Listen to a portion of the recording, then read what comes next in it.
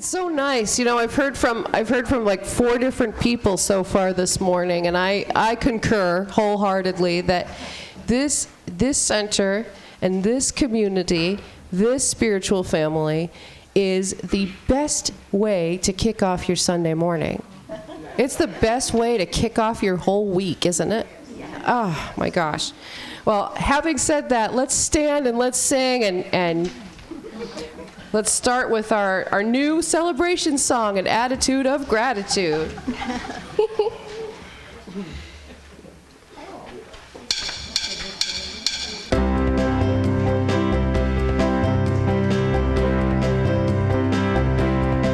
I've got an attitude of gratitude. I'm grateful for this day, for peace of mind and wellness. I'm blessed in every way. Your spirit works within me, and so it lives in you. There's so much to be thankful for. It's so easy to do. I've got an attitude of gratitude. I'm grateful for this place, for joyfulness belonging and every happy face. The spirit of abundance surrounds our every need. And when I act in gratitude, I've got all that I need. I've got an attitude of gratitude. I spread it far and wide. Joyfulness is my bound, and faith is my guide. Together we can share the love. The only thing we need is an attitude of gratitude in heart and mind and deed. Hey. Good morning. So, my name is Kathleen Graves. Well, actually, Kathy.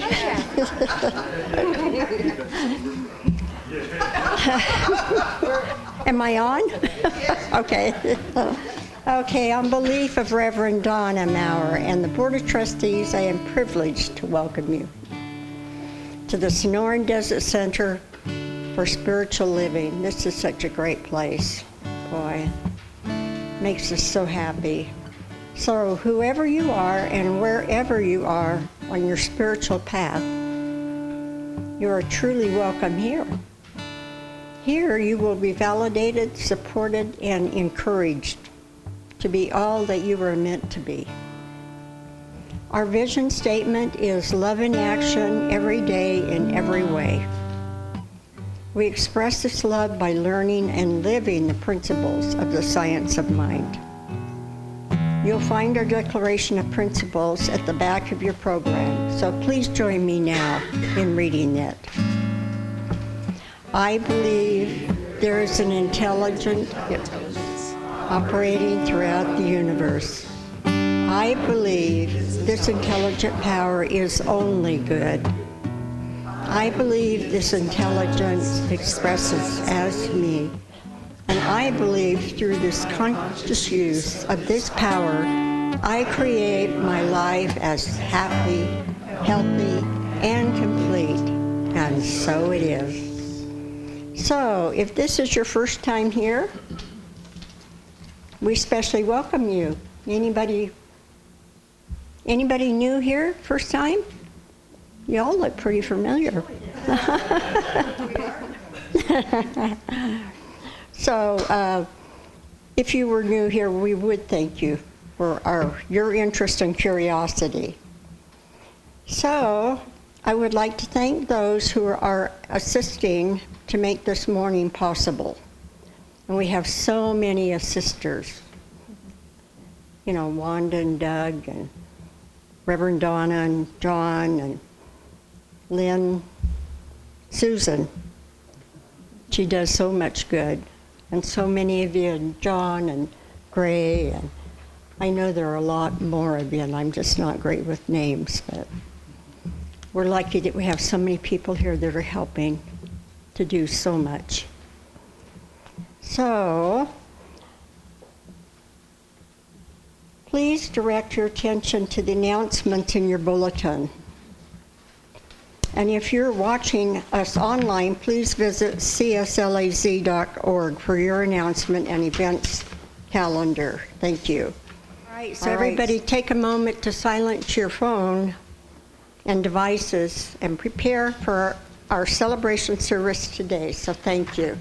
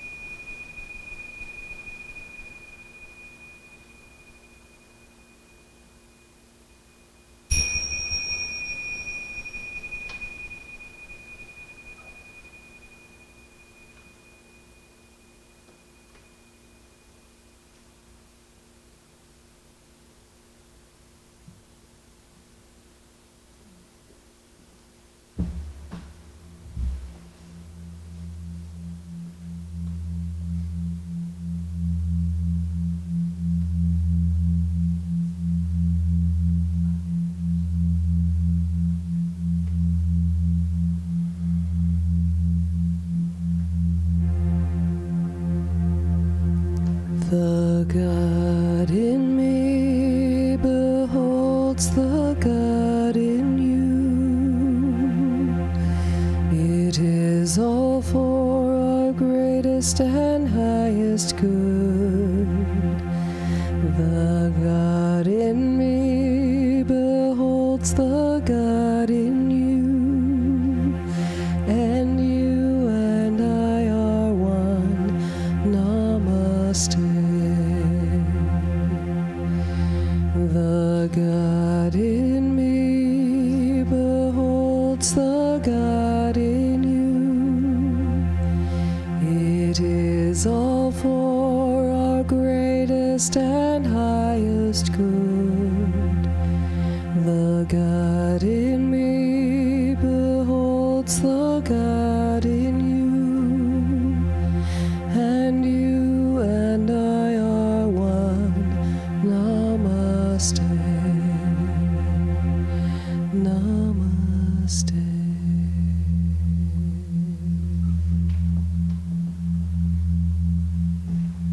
Good morning. My name is Louise, and I'm your practitioner today. And first of all, I just want to say that as a practitioner, we're the praying arm of the church, and over on the table is a box. So if you have a prayer request, please put it in for yourself or anyone who needs prayer. We would appreciate that. It gives us something to do all week. Let's see. So I'm going to light the candle right now, and then I will kind of just start our service. And my reading today is from the November 2020 Science of Mind magazine. So there are going to be references to COVID in here. How could we forget, right? And it's called Compassion in Action. And when I read it, I just kind of struck a chord, so that'll be a good reading. So it says, as I write, and it's by Reverend Dr. Ron Fox. As I write this column, the coronavirus has killed more than 890,000 people worldwide. After our Sunday celebration, the question my congregants have on their hearts is, how can we help? With so many people suffering, we want to step forward, but the problems are so enormous that what we can offer feels like a drop in the bucket. A story by Lauren Isley beautifully puts this into perspective. A man walking on the beach sees a young boy throwing something into the ocean. He asks, "What are you doing?" The boy responds, Throwing starfish into the ocean. The surf is up, the tide is going out, and if I don't throw them back, they will die. The man replies, "Son, there are hundreds of them. You can't make a difference." The boy bends down, picks one up, and throws it into the ocean. He turns to the man and says, "I made a difference for that one." The point is, we do what we can where we are. There are many ways we can exhibit our compassion. Those ways may not be big and grand, but they are meaningful. We can cook a meal for a neighbor, go shopping for a friend, make a call to someone who needs cheering up, or donate to a food bank. There are as many ways to help as there are needs in our community. No act is too small to bring joy to someone else. When we step up and show someone we care, it is often all they need. Ram Dass and Paul Gorman remind us of this in their book, How Can I Help? We can, of course, help through all that we do, but at the deepest level, we actually help through who we are. You and I are the conduits of God's love on this planet. Perhaps the greatest lesson of this virus is that even in times of great pain and distress, we have the power to heal one another. The medicine we have to offer is love, kindness, compassion, and caring. More than ever, we need one another. It takes very little on our part to make a big difference in someone's life. As Kent Nurburn reminds us, the joy of life is not in the grand gesture, but in the consecration of the moment. Namaste. Namaste.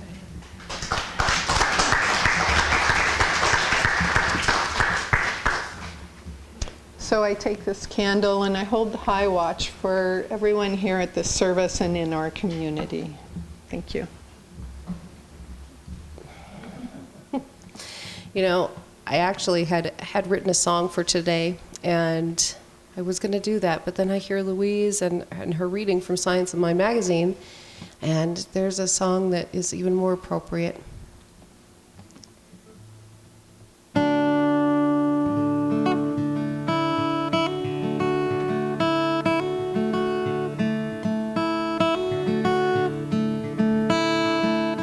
There's a hummingbird humming in the Arizona sky. Look at the bird, it sure can fly. Little bitty body, paper thin wings. Just goes to show you don't have to be big to do great big things. Cast your stone into the water. Cast your stone into the sea. And you can hear it go, oh yeah. There's 100,000 starfish stranded on the shore. Throw them back in one by one. There's 100,000 more.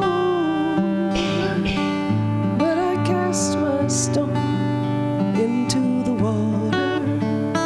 Cast my stone into the sea.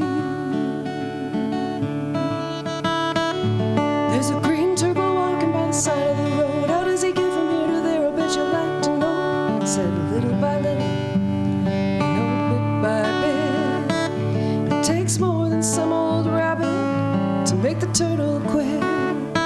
Cast your stone into the water. Cast your stone into the sea. Well, there's 100,000 starfish stranded on the shore. Throw them back in one by one. There's 100,000 more. But I cast my stone into the water. Cast my stone into the sea.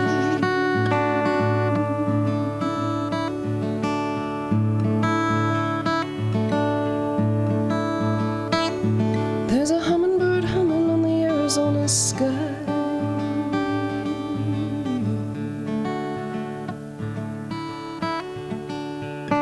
Little bitty body,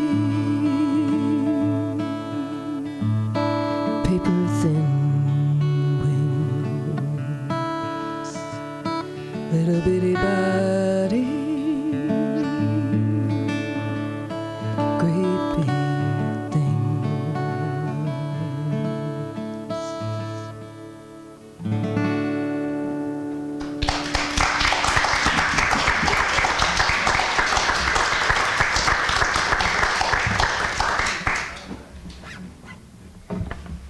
You made some of our eyes leak. For those of you who are newer, that song was written by our Eric Hansen, and who left this planet much too early. So, good morning. Good morning. Well, we're continuing the theme, Conduits of Grace. And today's topic is the title of a book by Frederick Buechner. It's called The Remarkable Ordinary. I didn't like his book very much, but I love the title. I mean, I just thought the title, this is so cool, because this is what we talk about all the time, seeing the miracles in the small things and experiencing deeper meaning in those things that we might think of as mundane. And we find out that those things that we thought were ordinary are truly remarkable when we stop to truly look. I was with some people from our center this week, and we agreed that one of the things that makes us as a center joyful people is that we focus on those things that have spiritual value to us. Gratitude, a sense of peace and connection, giving, service, being mindful of the tiniest miracles. And once these become a habitual lifestyle, we automatically become happier people. And we automatically draw happier people into our circle. So I think that's what we've done here, and I'm so thrilled and grateful that we have. And as you and I can continue our spiritual path, we then expand our worldview so that we can appreciate different perspectives and hold multiple perspectives simultaneously. It was interesting. Peter is going to give me a book. And he said, I've always had trouble with science, because he's a scientist, with science and religion, but this book seemed to bring the two together. And I'm so excited to read it. I'm so excited that he got that. These two perspectives that seem like they're completely opposed to each other actually flow together when you can see to it in a different level, a different depth. So seeing more than one reality at the same time not only affords us new possibilities, but gives depth to our experiences and our responses to them. The ordinary are those everyday experiences that we have that we don't think about. And so they don't hold much interest, and we take them for granted. Yet as we grow spiritually, we begin to see the remarkable in these ordinary experiences, and they become powerful teaching lessons. I've always been intrigued by Joseph Campbell's response to Bill Moyers when Bill asked him about the meaning of life. And Joseph Campbell said, I believe life has no meaning. We bring meaning to it. And I was troubled by those words when I first heard them. But then I remembered I had Dr. Michael Beckwith as my practitioner teacher. And he said in our practitioner class, he said, love is a concept. It's an ideal. It only becomes real when we experience it in relationship. And that may be said of truth, beauty, joy, peace, life. These are concepts, ideals that have no meaning until we bring meaning to them through our relationship with others, through the world around us, through experiences with ourselves, with others, with animals, with plants, and with our understanding of God. And then they not only have meaning, but they become the stories that fill our lives. Joseph Campbell goes on to say, people say that we're all seeking a meaning for life. And he said, I don't think we're seeking a meaning for life. I think that what we're seeking is an experience of being alive, so that our life experiences on the purely physical plane will have resonances with our own innermost being and reality, so that we actually feel the rapture of being alive. And again, it's those two things, the spiritual and the physical, coming together, and that's what he's seeing in that. And that's what I experience it as. The rapture of being alive is not just about the experience, but how it touches us at a level that we just can't shake. You know, it stays with us. In his book, Kinship with All Life, J. Allen Boone says, people of certain ancient times appear to have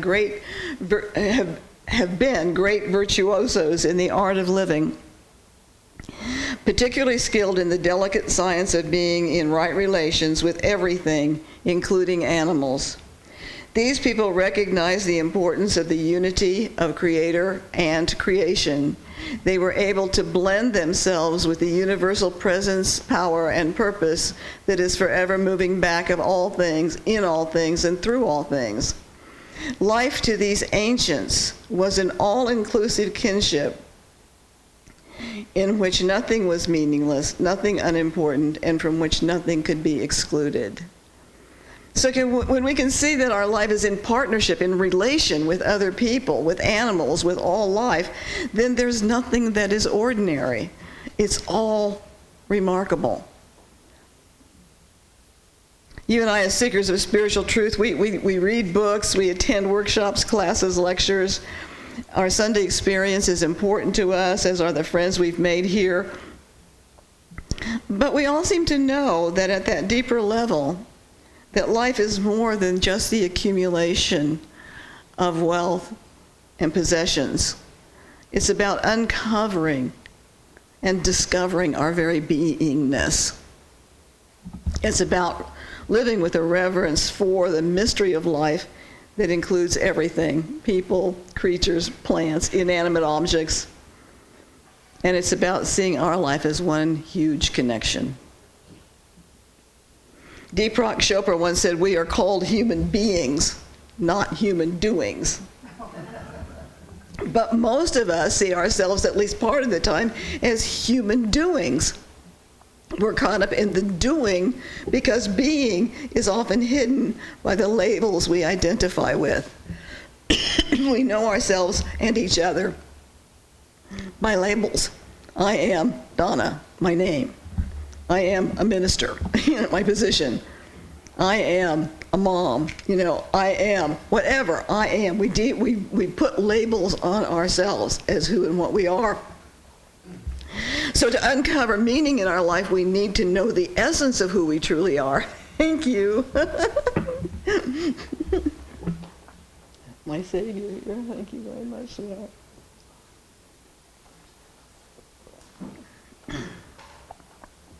So to uncover the meaning of our life, we need to know the essence of who we truly are. And we need to see that these labels have been placed over something much deeper. Years and years and years and years ago, I was involved in a workshop where we identified our labels. And I ask you to try this. If you have some time, try it. It's really kind of amazing. We identified our labels, and then we asked ourselves, if I am not this, who am I? I have a name, but I'm not my name. Who am I? I'm a wife, a husband, a son, daughter, but that is not me. Who am I? I have a body, but I'm not my body. Who am I? And we just kept going and going and going. It's a really profound experience, because by eliminating the labels, we begin to sense the being part of us, that we are pure spirit, that nothing separates us from our oneness, but our own identification with things that take us away from that oneness. And we recognize that we are the ones who have labeled ourselves and the world around us as ordinary. So when we consciously begin to discover that our very beingness has no boundaries and no labels, we automatically begin to live with a reverence for the mystery of life that includes all creatures and plants and inanimate objects. And animals can be our greatest teachers.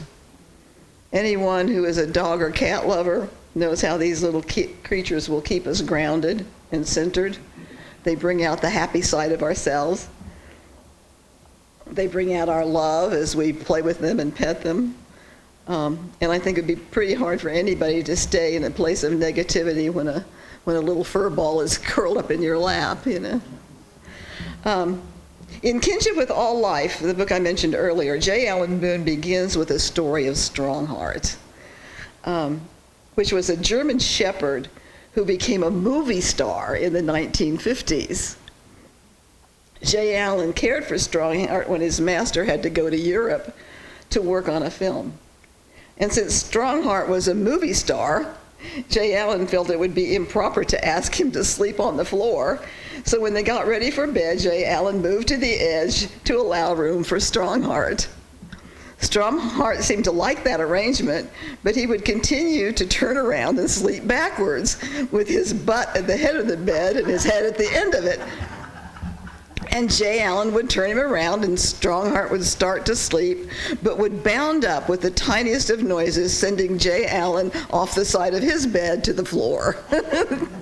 And after about the third time, J. Allen was so frustrated with him that he said out loud, "I am willing to make allowances for the way you have been jumping out of bed, but this sleeping with your rear end where your head is supposed to be is out." And then this is J. Allen's own words, and I think it's so cute. At this point, Strongheart suddenly moved forward, closed his jaws on, and tugged firmly on my pajama sleeves. A short distance away were some rather insecure old French windows, covered by long curtains.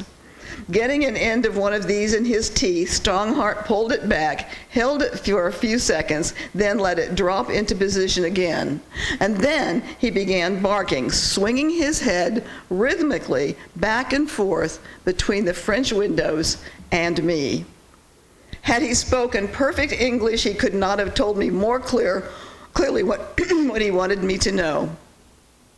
That whenever he lay down to relax, he always wanted to have the front end of himself, eyes, nose, ears, and jaws, aimed in the direction of possible danger. If trouble did enter, he could go into action without having to lose any time by turning around. And those old French windows were certainly a possible trouble entrance. The situation was resolved by turning the bed around so that both J. Allen and Strongheart could lie with their head in the directions of the suspicious French windows. And Strongheart slept soundly through the night for the duration of his stay. Having a reverence for all life keeps us in balance and makes us aware of connections that are far beyond what we usually consider ordinary. When I lived in California, one of my animal lessons was from a blue jay that I named Jake. I began our relationship by throwing him peanuts, and then I started putting a peanut on the end of a stick, and then I would do this and make the stick shorter and shorter, so that finally, I didn't need it anymore. I would just simply whistle for him. He would swoop down, sit on my finger, and take a peanut out of my mouth. My then husband and I would often have breakfast on the patio, and Jake would join us, grabbing our muffins or toast when we weren't looking. So we had to set a third plate filled with peanuts when we had dinner outside. We had lunch outside. But I want to tell you about an encounter that is truly remarkable. There was an evening when we were about to grill some steaks, and my husband had used a little bit too much charcoal fluid and created this huge, large fire in our grill. There was a hanging planter outside my window, and the grill was across from that. So my husband and I were in the kitchen preparing the rest of the meal while keeping watch on the grill from the window. Jake suddenly flew to the planter, squawking as loudly as he could, so excited that his gyrations caused the planter to just swing like this. Well, anyone who knows animals, wild or domestic, knows that they do not go near a fire. Yet Jake had placed himself directly in front of it, between the fire and the window. That's where the planter was. sounding his alarm to us. And at first I couldn't imagine what he was doing. And then it dawned on me that that's exactly what he was doing. He was warning us. He saw the fire as a threat, and he was willing to put his own instincts aside in order to keep us safe from danger. I liked Jake very much, and I loved the relationship that I had built with him. But this was my first realization that the feeling was mutual. This little creature cared about me. I had no idea that a wild thing like that could show concern, but he was doing it. He was doing it. And I think that's an example of our topic, the remarkable ordinary. Remarkable ordinary. And I agree with J. Allen Boone when he says of all creatures, they taught me that perfect understanding and perfect cooperation between the human and all other forms of life is unfailing whenever the human really does his or her required part.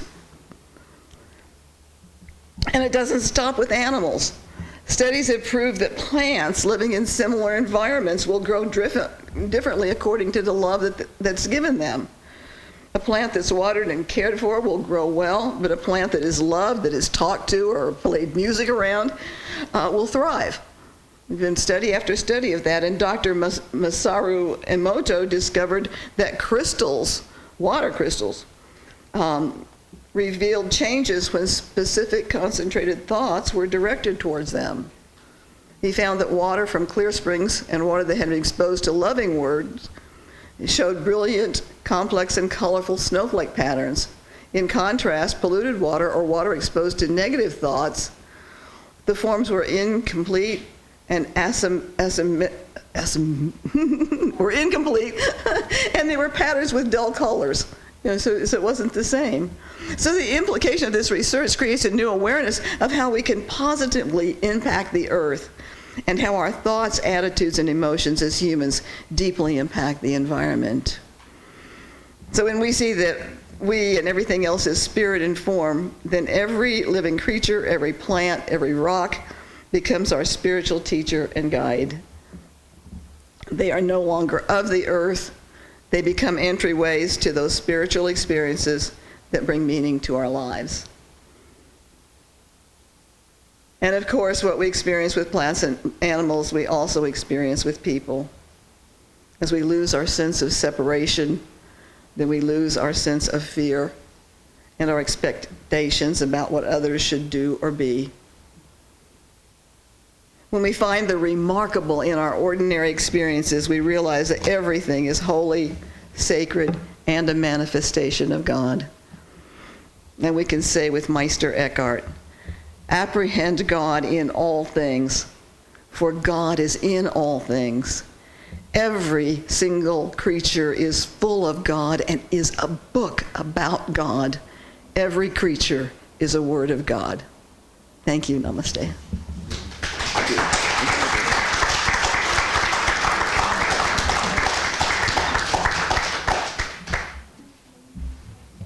It's called My Soul is Welcome Here. And if you would like to stand and sing, let's do that together.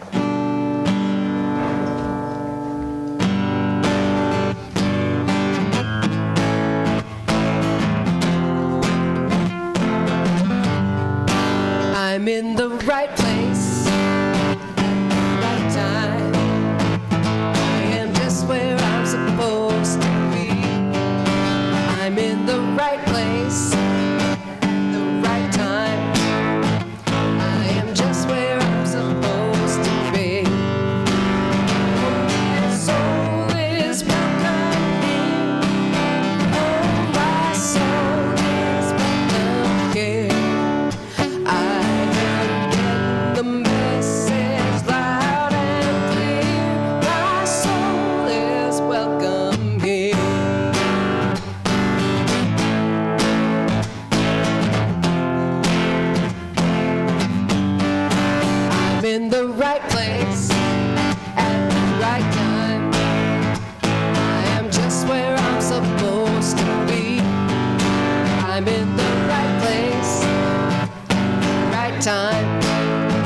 I am just where I'm supposed to be. I'm in the right place, right time.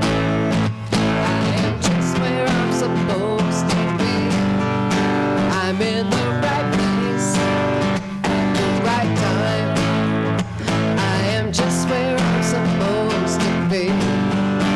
Oh, my soul is welcome here. Oh, my soul is welcome here. I am getting the message loud and clear. My soul is welcome here. Let's do that again. Oh, my soul is welcome here. Oh, my soul is welcome here. I am getting the message loud and clear. My soul is welcome here.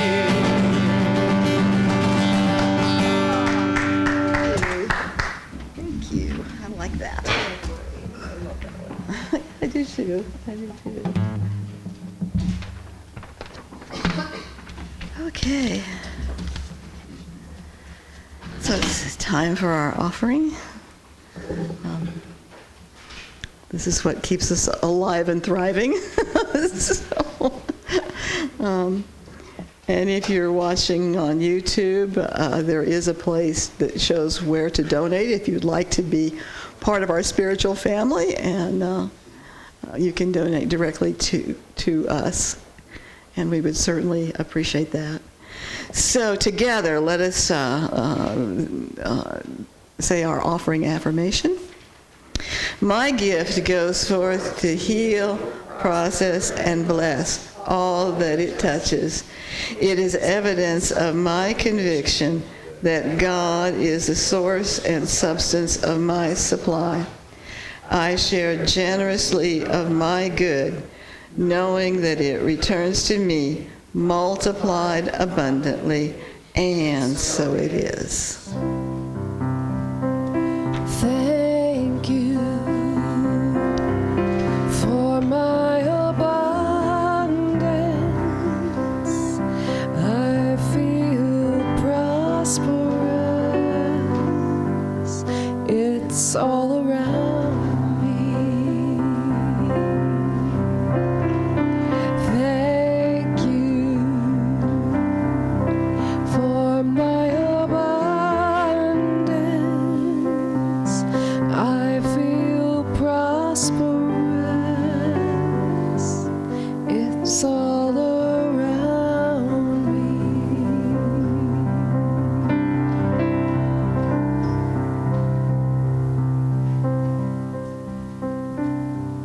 Thank you, Peter. Okay.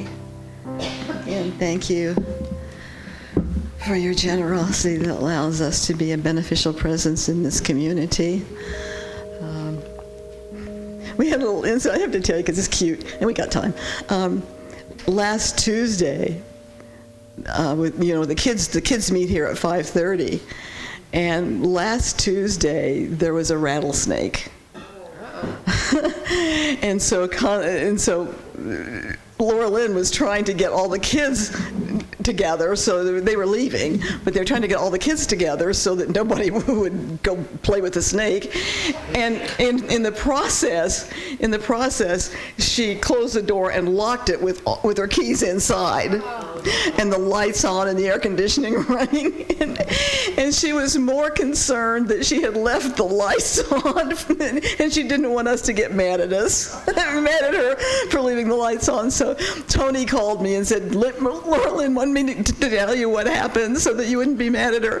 And but she managed to get all the kids safe and out of the way and home. And so anyway, it was just really cute. But I'm so delighted that we do have these kids. And by the way, I brought in, I don't know if it works or not, I brought in something called Snake Be Gone.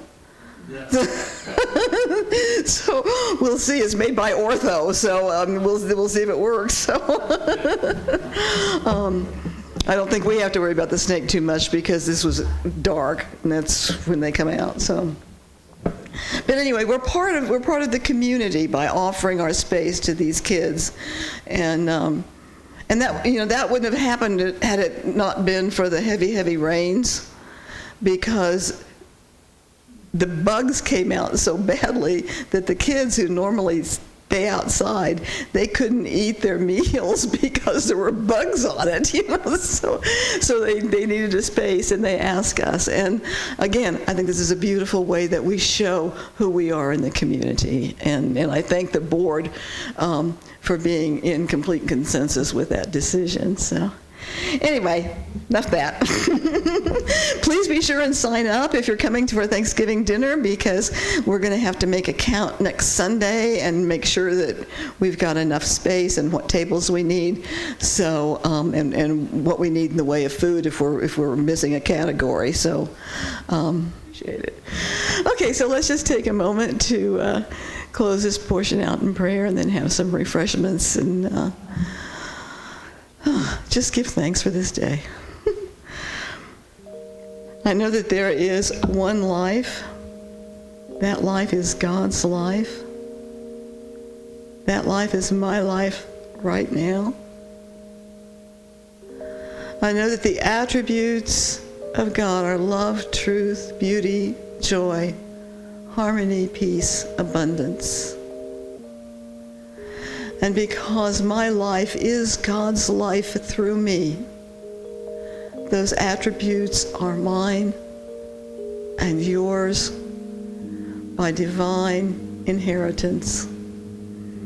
So we take these beautiful ideas and we transform them into experiences in our lives that create that love and joy and peace, so that the idea becomes real, and those beautiful experiences are no longer mundane, but sacred and holy. I speak my word for anyone experiencing any kind of a challenge, that right where that challenge is the power and presence of God. And so we see perfect results within that challenge, and we know that success awaits. I give thanks for the opportunity of sharing my love, for being part of this spiritual family, and I release these words into the law of mind and action, knowing it is happening right now. And we say together, and so it is. Thank you so much. We'll do our circle.